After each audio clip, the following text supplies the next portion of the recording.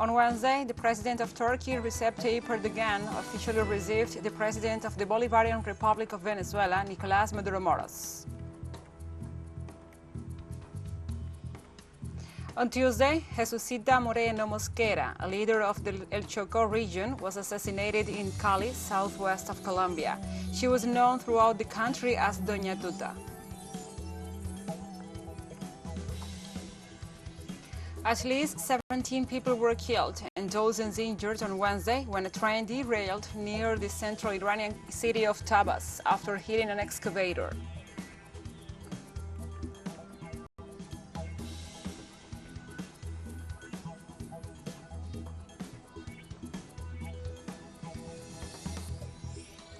From the headquarters of Telesur English in Havana, Cuba, this is From the South.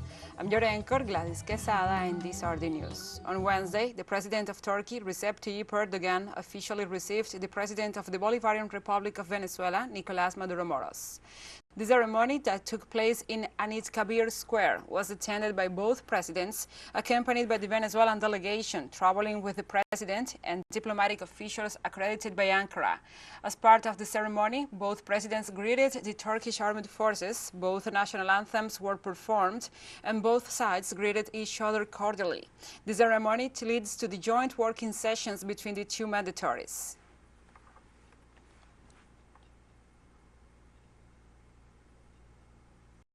In Mexico, there are important developments in the struggle being waged by the parents and friends of the 43 missing students of Ayotzinapa.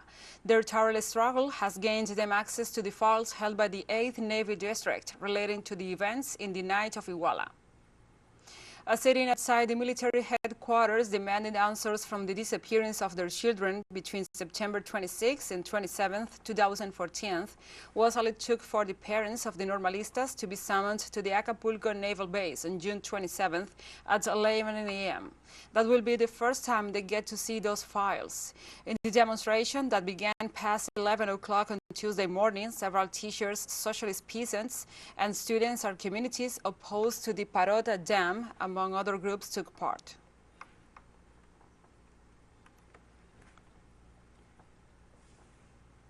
The National Union of Cuban Jurists opened its 9th Congress at the Havana Convention Center, aimed at strengthening the organization and its practitioners within their social and legal responsibilities.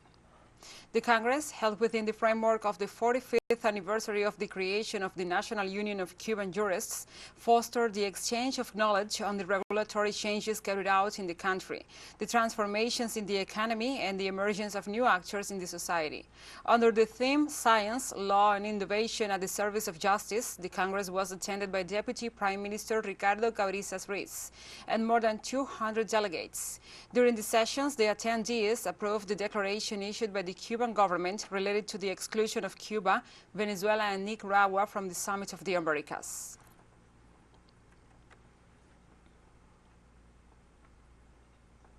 The Cuban government, headed by President Miguel Díaz-Canel, met with representatives of the provinces to evaluate the damage caused by the rains and to strengthen the hydrometeorological surveillance.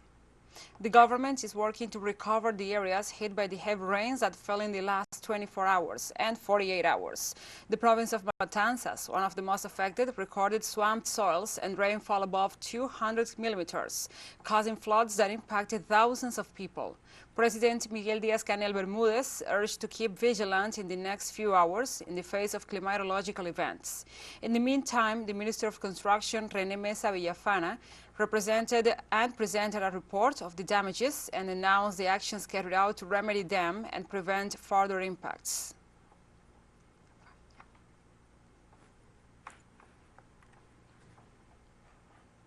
And on an update from the 9th Summit of the Americas on Tuesday, U.S. Vice President Kamala Harris announced a $3.2 billion private investment to stop migration in Central America.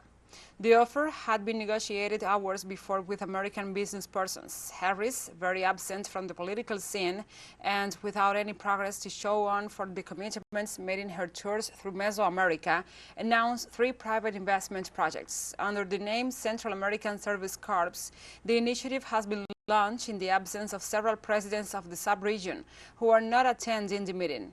The private funds will be managed by the United States Agency for International Development, USAID. Although government spokespersons said the initiative supports Washington's strategy to address the causes of migration, the programs and the allocated funds are far from what Harris had agreed with the governments of the countries involved, as Mexico's President Andrés Manuel López Obrador recalled earlier on this very Tuesday.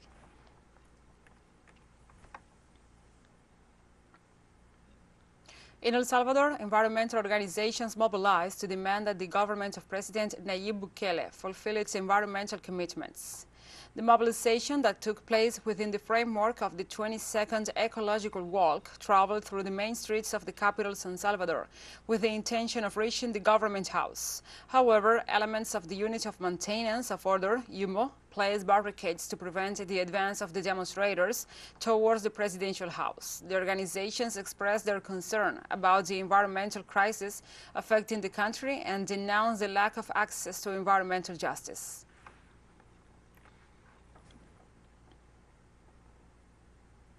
In the Dominican Republic, funeral services began for Environment Minister Orlando Jorge Mera, who was murdered last Monday at the hands of an alleged personal friend.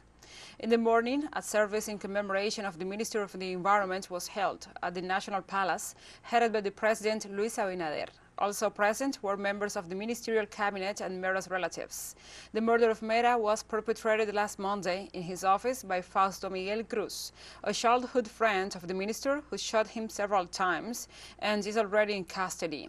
After what happened, the government informed that the investigations into the crime continue in order to determine the exact motive of the facts.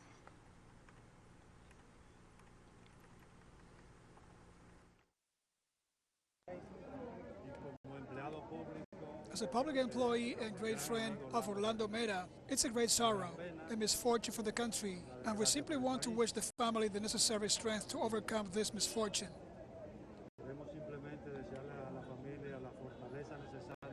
How would you describe what happened regarding the insecurity ruling now in the country?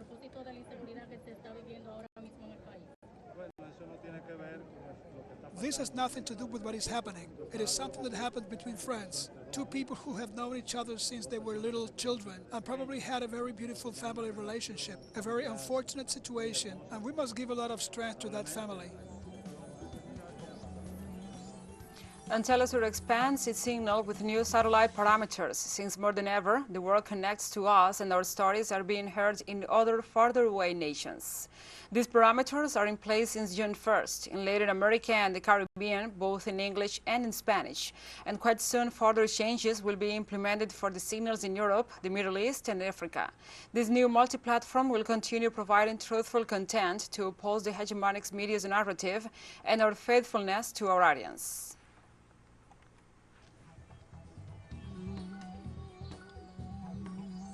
We'll take a short break now. Join us again after this.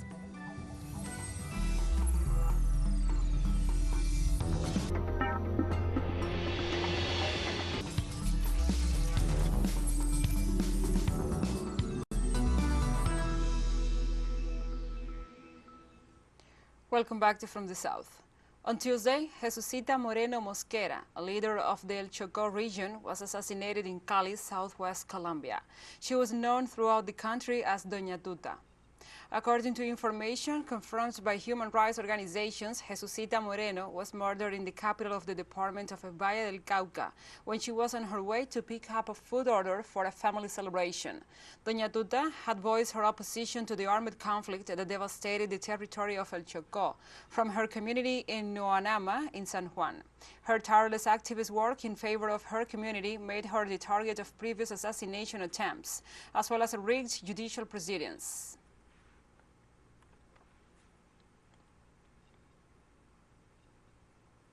In Argentina, President Alberto Fernandez said that he will attend the 9th Summit of the Americas to defend the right of nations excluded from this forum in his role as president of the CELAC. Here we work every day preparing to go to the Summit of the Americas, to defend the rights of Latin America. I'm going to defend the unity of Latin America.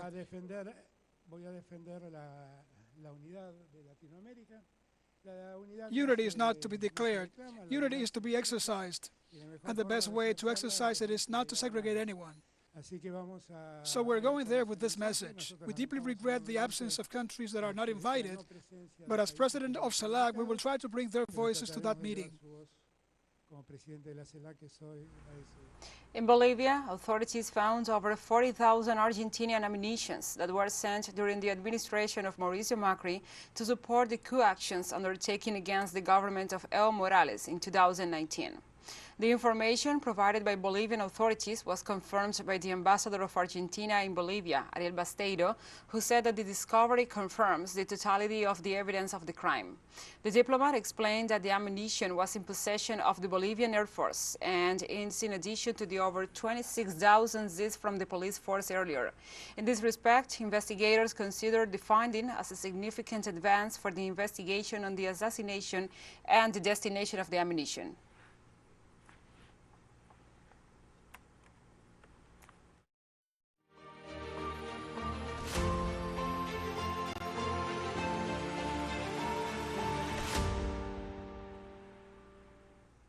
Now we move on to other topics. Russian authorities informed on Tuesday about the arrival of the first cargo ships to the port of Mariupol for the grain shipment to other countries. Russian Defense Minister Sergey Shoigu said that in Mariupol, as well as in other territories of the Donbas, the activities to establish a peaceful life continue.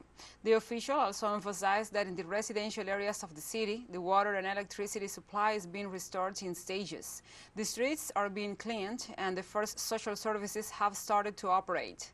In this regard, last Sunday, the Russian President Vladimir Putin rejected the accusations of the West about the alleged guilt of Moscow for the inability of Kyiv to export grain to other countries.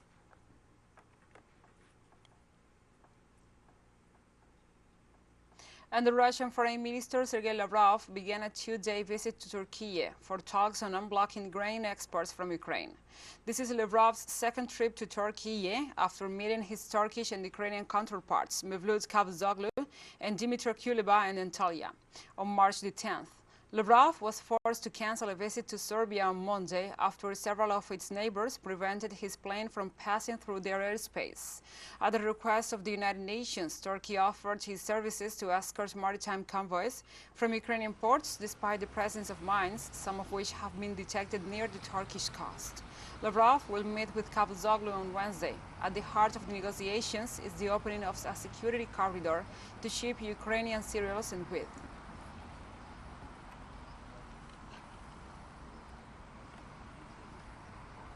Russian Defense Minister Sergey Shoigu said that Moscow's troops are in full control of the residential areas of Sverdlovsk, a key city in Ukraine's east region of Donbas. A significant part of the Donetsk and Lugansk People's Republic along the left bank of the Seversky Donets River has been liberated, including the cities of Shatogorsk, Krasny Liman, as well as 15 other settlements.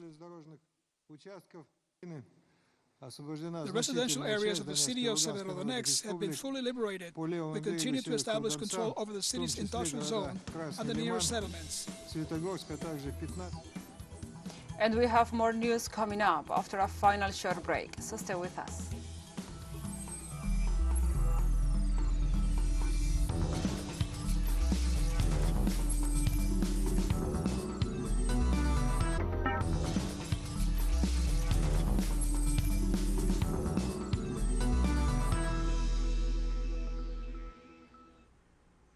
Welcome back.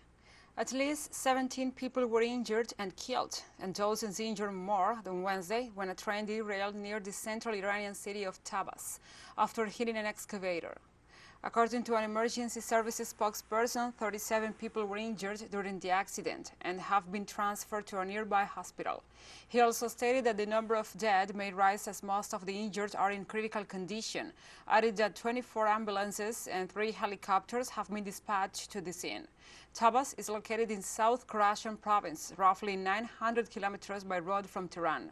At the time of the accident, the train was carrying 348 passengers.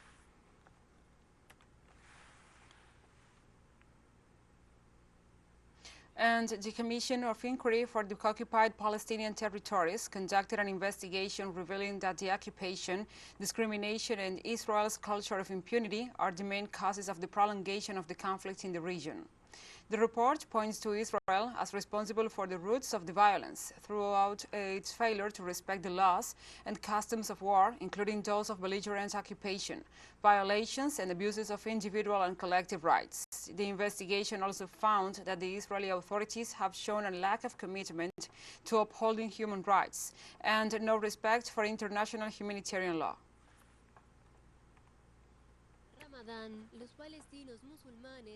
On Tuesday, a Syrian Venezuelan meeting was held in the city of Damascus, Syria, to evaluate the development of bilateral relations between the two nations.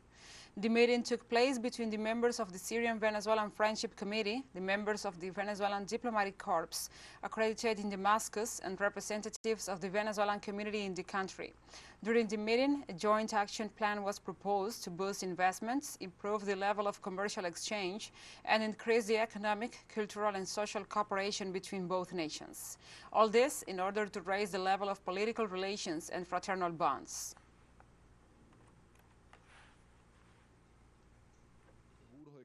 We are certain that the scope of this agenda and the implementation of this agenda will contribute to the strengthening of the ties of friendship and fraternity that exist between Syria and Venezuela as brother countries who work towards the utopia of building a better world, which is possible when it is done from the heart.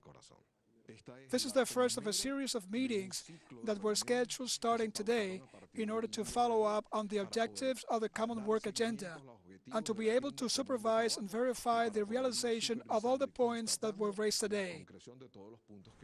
And Nigeria's ruling All Progressives Congress Party, the APC, holds its primary election on Tuesday to choose a candidate for next year's presidential election.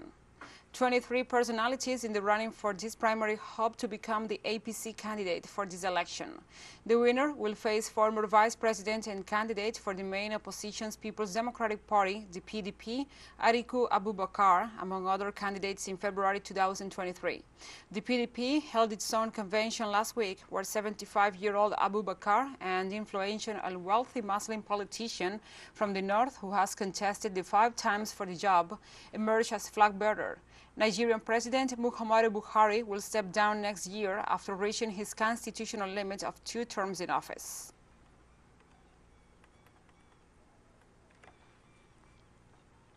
The United Nations Children's Fund, UNICEF, called for an increased humanitarian aid to Somalia to prevent excessive infant deaths due to drought in the country.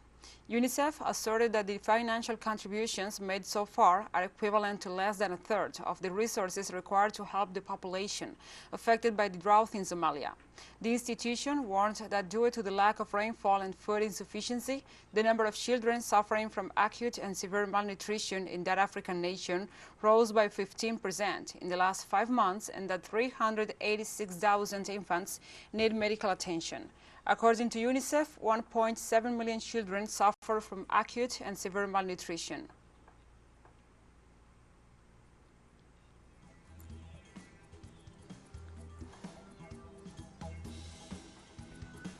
And we have come to the end of this news brief. But remember, you can find this and many other stories on our website at telesurenglish.net. And also, if you feel so inclined, please join us on social media for all the latest news. We are on Facebook, Twitter, Instagram, and Telegram. And before our farewells, we say goodbye with the song Es Nuestra América, It's Our America, performed by Mayito Rivera with Alexander José Gil Domínguez, Hijo del Sur, and Aquiles Rengifo Aquilín, a melody that celebrates our union as a continent. For Telesur English, I'm Gladys Quesada. Thank you for watching. Un canto por la América Unida. Mira, que lo escuchan allá arriba. ¡Vamos! Somos la tierra, somos la silla, la esperanza que brota y germina. 500 años nos han pisoteado, aquí seguimos, de aquí no nos vamos. América, América, América, lindísimo continente se levanta, un pueblo unido que no calla. América, América, América, lindísimo continente se levanta, un pueblo unido que no calla. Pueblo latino, vamos para adelante, tumbando fronteras, somos gigantes, nadie se rinde, vamos para arriba, esa tierra es tuya y también es mía. Pueblo mestizo, guerrero y solidario, aquí nadie es extraño, aquí somos hermanos. Todos los países digan presente, Venezuela y Cuba presente, Nicaragua, Honduras presente, el Caribe entero. América, América, América, un continente se levanta, un pueblo unido que no calla. No se detiene. América, América, América, un continente se levanta, un pueblo unido que no calla. Soy Tupacatari, soy hueca impuro, 5 siglos resistiendo el atropello y el abuso. El ambiente la reflorece junto al alba, sigue un solo continente porque rayos nos separa. Con Sucre y Bolívar seguimos pa'lante, pa' encima latino, no hay visa que nos pare. Desde la Patagonia hasta el Río Bravo, los latinos levantamos la mano. América,